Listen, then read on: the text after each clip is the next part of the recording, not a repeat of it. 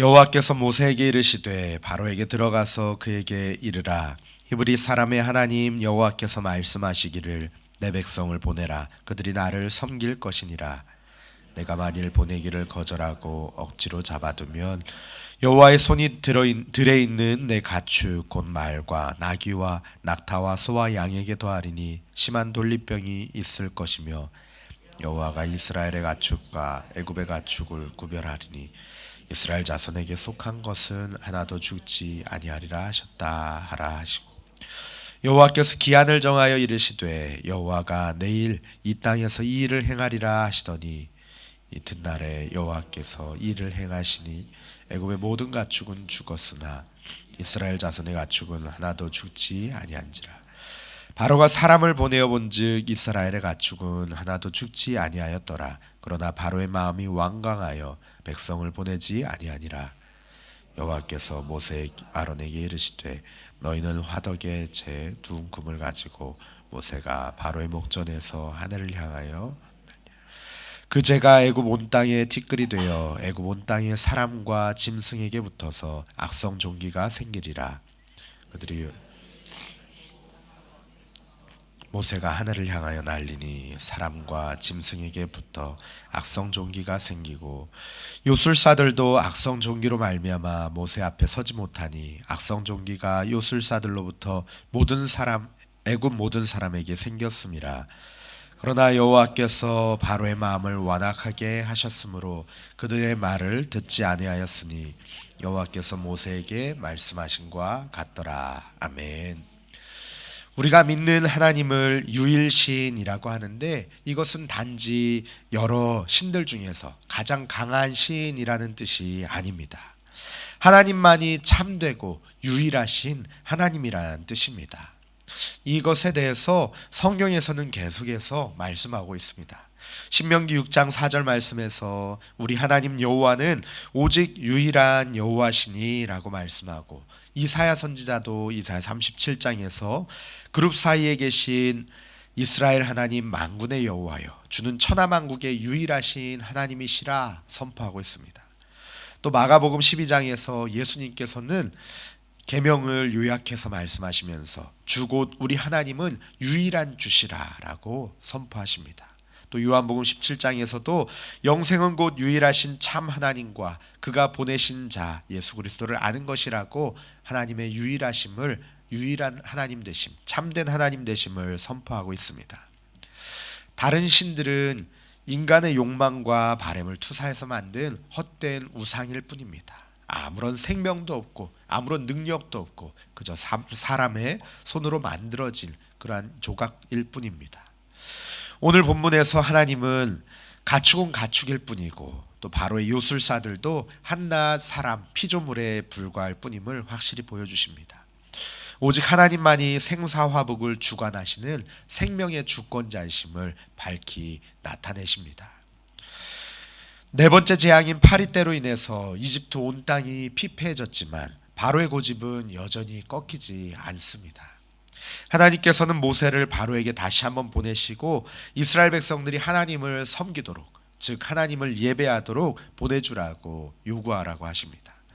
그리고 바로가 백성 보내기를 거절하고 억지로 잡아둔다면 이제는 다섯 번째 재앙이 임할 것이라고 말씀을 하십니다. 그것은 가축 곧 말과 나귀와 낙타와 소와 양이 모두 전염병으로 몰살하는 것입니다. 다섯 번째 재앙도 애굽의 가축에게만 발생하게 되고 애굽 사람들만 피해를 입고 이스라엘 자손에게 속한 가축들은 그 병이 피해갈 것이라고 말씀하십니다. 이 재앙은 앞의 재앙들보다 더욱더 심한 것으로 애굽인의 개인 소유에까지, 개인의 재산에까지 영향을 미쳤습니다. 네 번째까지의 재앙들은 그저 애굽인들을 괴롭게 하고 그들에게 육체적 고통을 주는 선에서 그쳤지만 이제는 그들의 재산에까지 직접적인 타격을 주기 시작합니다. 앞에 몇 가지 기적들은 바로의 요술사들도 흉내냈지만 이제는 인간의 힘만으로는 전혀 회복할 수 없는, 회복이 불가능한 그런 죽음의 재앙이 내리심으로 하나님의 위대하심을 나타내 보여주시고 오직 하나님만이 하실 수 있는 일임을 보여줍니다. 애굽 사람들은 수많은 신들을 섬겼습니다. 특히 가축들도 애굽 사람들에게는 신으로 받들어 섬겨졌습니다. 황소 모습을 한 여신 아피스는 멤피스 지역에서 숭배되던 신으로 풍요의 상징이었습니다. 그래서 이 지역에서는 특별한 무늬를 가진 그러한 황소를 데려다가 아피스라는 신으로 모시고, 그리고 그 신이 죽으면은 성대하게 장례식을 치르고 또 다른 소를 가져다가 또 신으로 섬기고 했다고 합니다. 또한 암소, 하톨, 양 큰놈 이러한 것들을 온갖 가축을 신으로 섬겼습니다. 애굽 사람들은 그 가축들이 자신들에게 풍요와 번영을 가져다 줄 것이라고 그렇게 믿었습니다. 가축들에게 심한 돌림병과 죽음을 가져온 이 다섯 번째 재앙은, 이 가축들은 그저 하나님이 지으신 피조물일 뿐이며 신이 될 수 없고 돌림병과 죽음 앞에서 속수무책으로 죽을 수밖에 없는 그러한 미물뿐임을 나타낸 사건입니다. 이 재앙에서 바로는 고센 지역으로 사람을 보내서 이스라엘 자손의 가축은 정말로 해를 입지 않았는지 확인하도록 합니다. 확인한 결과 하나님이 모세를 통해 말씀하신 대로 이스라엘의 가축은 정말로 한 마리도 죽지 않았습니다. 우리 개역개정 성경에서는 4절과 6절, 7절에서 모두 하나도 죽지 않았다라고 번역했지만, 원문을 보면은 아무것도 죽지 아니하리라, 또 하나도 죽지 않았다, 그리고 단 하나도 죽지 않았다라고 점점 더 강조되고 있습니다. 그리고 이것은 이집트의 피해 상황과 이스라엘의 피해 상황을 점차적으로 극명하게 대조하면서 하나님의 그 약속이 이루어진 것을, 하나님께서 이스라엘 백성들은 돌보시고 애굽 사람들은 치셨음을 강조하고 있습니다. 하지만 바로는 놀랍게도 이렇게 분명하고 놀랍고 무서운 재앙을 두 눈으로 똑똑히 보았지만 그럼에도 불구하고 고집을 꺾지 않습니다.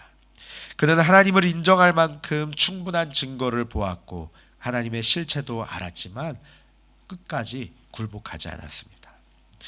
하나님도 지체하지 않으시고 즉시 여섯 번째 재앙을 보내십니다. 앞선 다섯 번째 재앙은 가축에게만 돌림병이 있었지만 이번에는 가축과 사람 모두에게 끔찍한 고통을 주십니다. 하나님은 모세와 아론에게 화덕에서 제 두 움큼을 가지고 바로에게 가서 하늘을 향해서 날리라고 명하십니다. 그리고 그러면은 그 재가 애굽 온 땅에 티끌이 되어서 애굽 온 땅의 사람과 짐승들에게 붙어 악성 종기가 생기게 할 것이라고 말씀하셨습니다. 히브리어로는 쉐힌이라고 하는 이 종기는 구약에서 하나님의 심판으로 발생하는 질병 가운데 하나였습니다. 특별히 레위기 13장 14장의 악성 피부병 규례 가운데 나병으로 악화될 수 있는 심각한 그런 종기를 이 단어를 사용해서 말씀하고 있습니다. 이 재앙의 강도가 갈수록 강해진다는 증거는 요술사들의 상태를 통해서 확인되지요. 애굽의 요술사들은 첫 번째 피해 재앙과 두 번째 개구리 재앙, 이거는 모방하는 재주를 부렸습니다.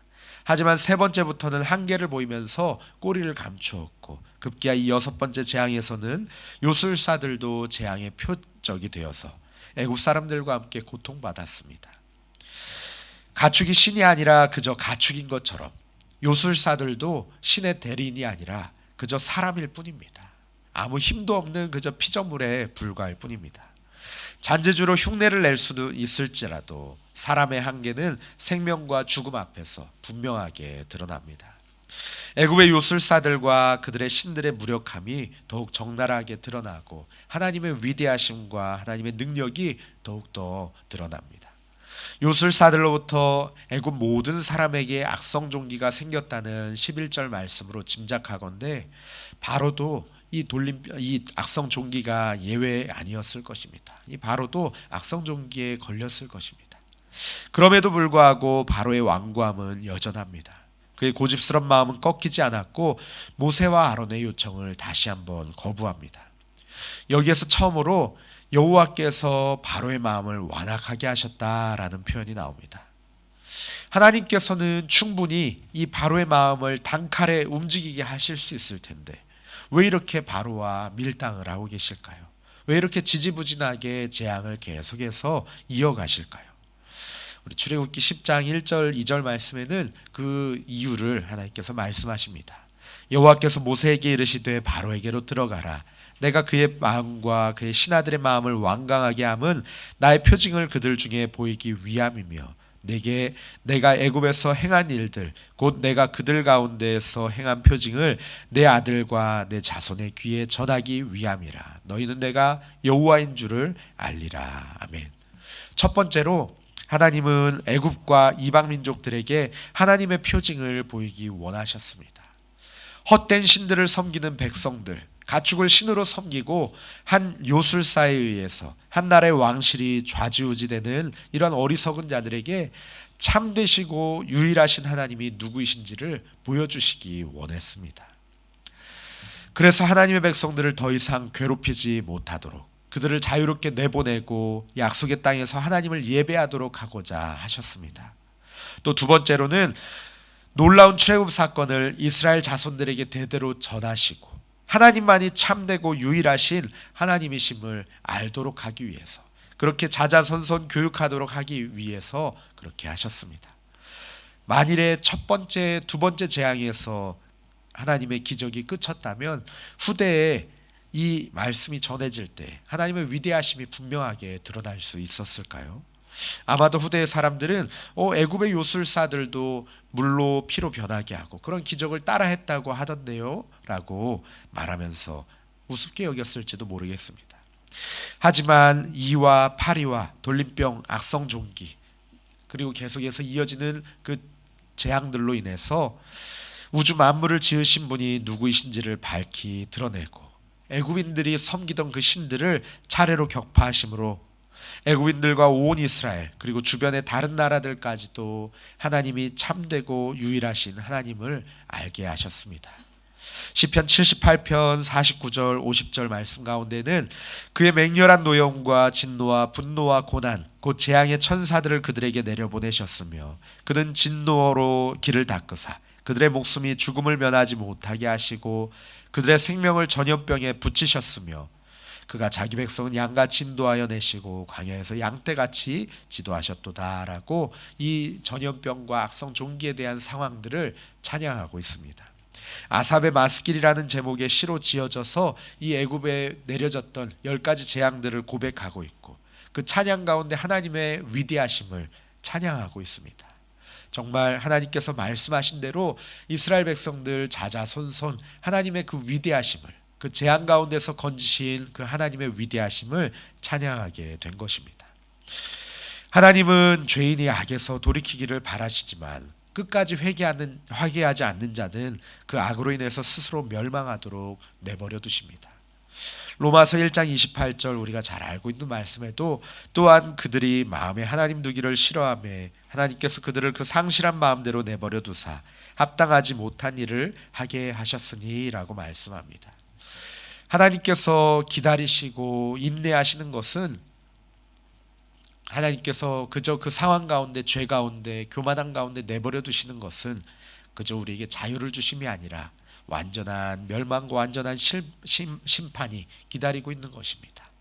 우리가 저 앞에 낭떠러지가 있는지도 모르고서 그저 달려가고 있는 것과 같은 그러한 상황입니다.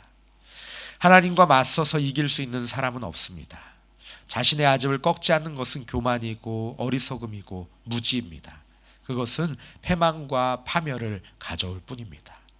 바로가 이렇게 하나님 앞에서 끝까지 교만하고 끝까지 그 죽음을 두려워하지 않고 고집을 꺾지 않았을 때 그에게 돌아왔던 것은 온 땅에 죽음의 그림자가 덮이는 것이었습니다. 저와 우리 성도님들 모두는 천지 만물을 지으시고 다스리시는 하나님, 만왕의 왕이요 모든 신 위에 뛰어나시며 참되고 유일하신 우리 하나님을 우리 삶의 주인으로 인정하고 믿고 따르는 저와 성도님들 되시기를 간절히 바랍니다. 그 하나님 앞에서 겸손함으로 주님만 섬기며 나아가는 오늘 하루 되시기를 간절히 바랍니다.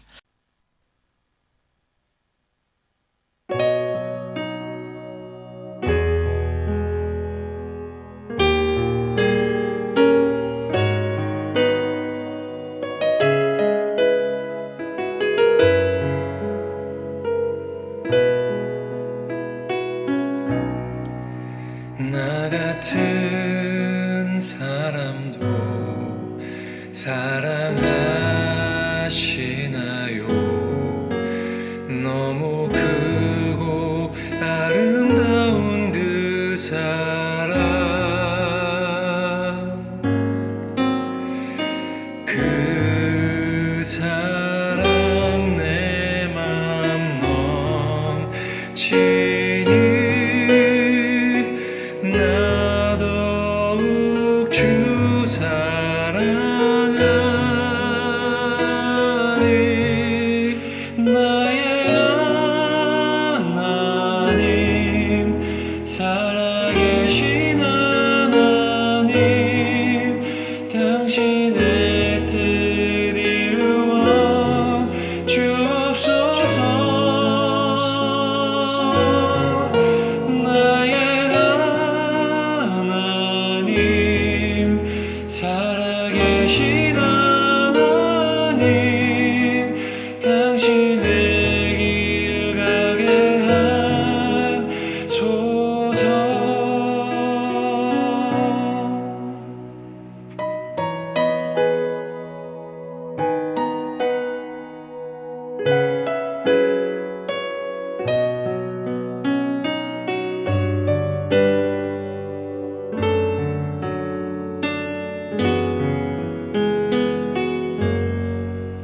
나 같은 사람도 사랑하시나요? 너무 크고 아름다운 그 사랑, 그 사랑 내 맘 넘치니 나 더욱 주 사랑하리. 나의